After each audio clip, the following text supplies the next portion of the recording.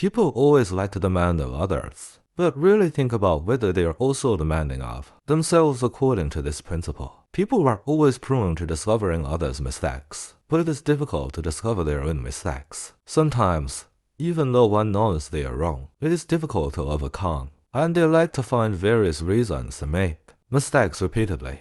Grasp the correct direction and adhere to the principles of being a good person. If you find something wrong, you must stop. The principle of being strict with oneself and lenient towards others is well known to many, but often it is said or not realized. People always like to demand others according to their ideals, but forget to examine whether they have met the same standards. Everyone has their own shortcomings, and there will definitely be weaknesses in them. These shortcomings will be exposed during the process of cultivation, but as long as we have enough introspection towards ourselves, it is not difficult to discover them. No matter what you do, don't go with the flow. If you don't settle yourself, your heart will inevitably become restless. The premise of strictly demanding others is that we must strictly demand ourselves, so that we can progress together with others. Otherwise, our demands may be seen as unreasonable nitpicking by others. The true wise are those who can correct themselves through the actions of others. Being able to see mistakes is one aspect, but it is important to know how to correct and avoid them.